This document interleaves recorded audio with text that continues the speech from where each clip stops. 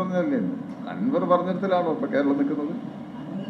അൻവർ പറഞ്ഞാൽ അദ്ദേഹത്തിന് പരാതി, ന്യായമായ പരാതി ഉണ്ടെങ്കിൽ ആ പരാതി ഉന്നയിച്ചാൽ നിശ്ചയമായ അന്വേഷണം നടക്കണം. അന്വേഷിക്കുന്നത് മുഖ്യമന്ത്രി പറഞ്ഞല്ലോ, ആവർത്തിച്ച് പറഞ്ഞില്ലേ. അദ്ദേഹത്തിന്റെ പരാതി കിട്ടിയപ്പോൾ തന്നെ മുഖ്യമന്ത്രി പറഞ്ഞില്ലേ, പോലീസ് അസോസിയേഷന്റെ സമ്മേളനം നടക്കുന്ന സമയത്ത് ഈ കുറ്റവാളികളായിട്ടുള്ള ആളുകളൊക്കെ ഉള്ള സ്ഥലത്ത് വെച്ച് തന്നെ മുഖ്യമന്ത്രി പറഞ്ഞില്ലേ എന്താ പോലീസിനുള്ള നിലപാട് എന്നുള്ളത്, പോലീസ് എന്തായിരിക്കണമെന്ന് മുഖ്യമന്ത്രി പറഞ്ഞില്ലേ. അന്വേഷണത്തിനെടുത്തു വിട്ടതോ 3 DGPമാരെയാണ് ചുമതലപ്പെടുത്തിയത് അന്വേഷിക്കാൻ. അതിന് കാരണം ഈ DGPന്റെ താഴെയുള്ള ആളുകളെ പറ്റിയാണല്ലോ പരാതി.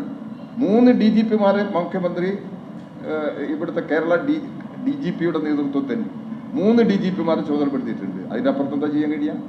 അവരന്വേഷണം വരട്ടെ, അവർ നീതിപൂർവ്വം അന്വേഷിക്കുമെന്ന് തന്നെയാണ് നമ്മൾ പ്രതീക്ഷിക്കുന്നത്. ഇതിന്റെ നടുവിലും കേരളം ഈ ഹോം ഡിപ്പാർട്ട്മെന്റിൽ കേരളം അവാർഡ് വാങ്ങിയില്ലേ? അത് കാര്യം ശ്രദ്ധയില്ലേ? ഇതിന്റെ എല്ലാ നടുവിൽ അമിത്ഷാ കേരളത്തിലെ DGP കൊടുത്തല്ലോ, അവാർഡ് കൊടുത്തല്ലോ. വാങ്ങിയതിനാണ് അതൊരു അംഗീകാരമല്ലേ? കേന്ദ്ര ഗവൺമെന്റ് അംഗീകാരമില്ലേ? അത് കേന്ദ്ര ഗവൺമെന്റ് നമുക്ക് അറിയാം. ഏത് കുറ്റവാളികള്? എന്താ അത്?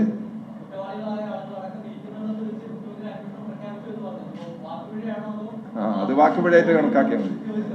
അത് വാക്കുപിഴയായിട്ട് കണക്കാക്കി. വാക്കുപിഴ എന്ന് പറഞ്ഞ് നിങ്ങളത് എഴുതിക്കണില്ലേ?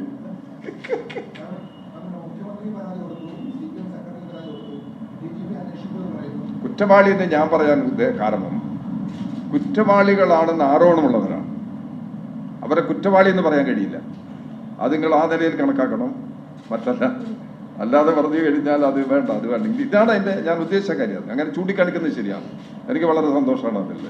ഒരു തെറ്റ് എൻ്റെ കയ്യിൽ നിന്നൊരു നാക്കുപഴ വന്നു കഴിഞ്ഞാൽ പത്രപ്രവർത്തകർ ചൂണ്ടിക്കാണിക്കുന്നത് പറയുന്നത് അതൊരു വലിയ സഹായമായിട്ടാണ് ഞാൻ കണക്കാക്കുക.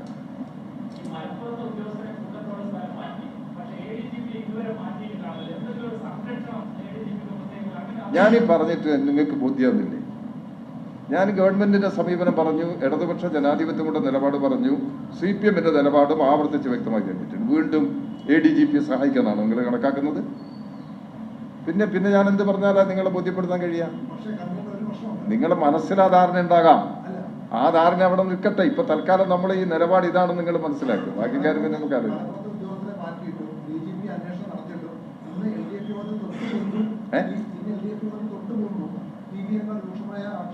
ആയിക്കോട്ടെ, PV അൻവർ അതല്ല ഇടതുപക്ഷ ജനാധിപത്യ മുന്നണി. ഇടതുപക്ഷ ജനാധിപത്യ മുന്നണിയിലെ ഒരു അംഗമാണ് PV അൻവർ. അദ്ദേഹം കേരള നിയമസഭയിലെ ഒരു MLA ആണ്.